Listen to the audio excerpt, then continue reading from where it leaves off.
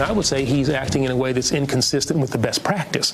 It would seem to me that having received the information in the way that he did from Bob Mueller, that Attorney General Barr should have taken that information and then, packaged it in the appropriate form and sent it to the House for consideration.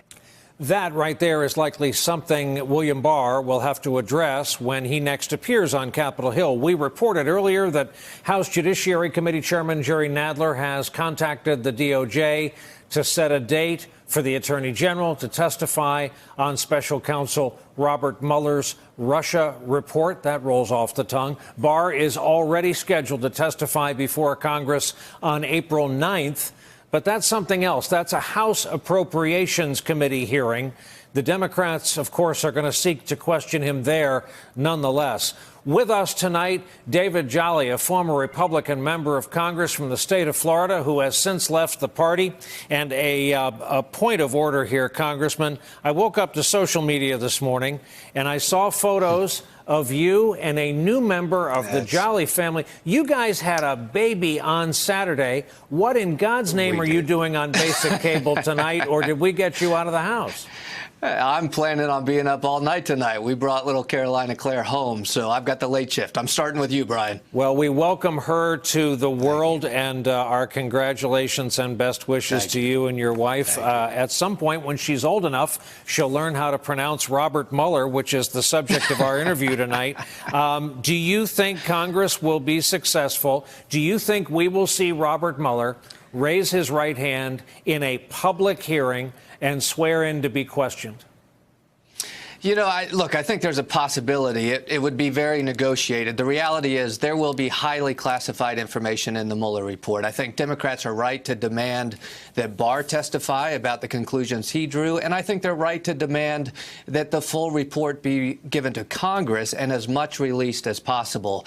But we do know there will be highly classified information, and if we do hear from Mueller, I think it would be under negotiated terms, negotiated topics. This could be a really dicey period we have coming up here. As I said at the top of the broadcast, what folks are arguing about is not the Mueller report. It's a 4-page letter. Do you think the Democrats especially are going to have message discipline in this period where what we don't know exceeds what we do?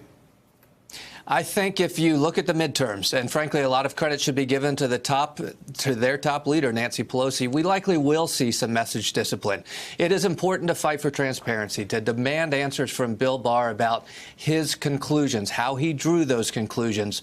But I don't think they need to cross the line and begin to question the report itself, Bob Mueller's findings. The reality is Bob Mueller's integrity is as strong tonight as it was throughout the past 2 years. I do think Democrats have other areas of traditional oversight. We will see investigations into emoluments violations. AOC asked some real questions about the president's taxes. We will see questions of security clearances.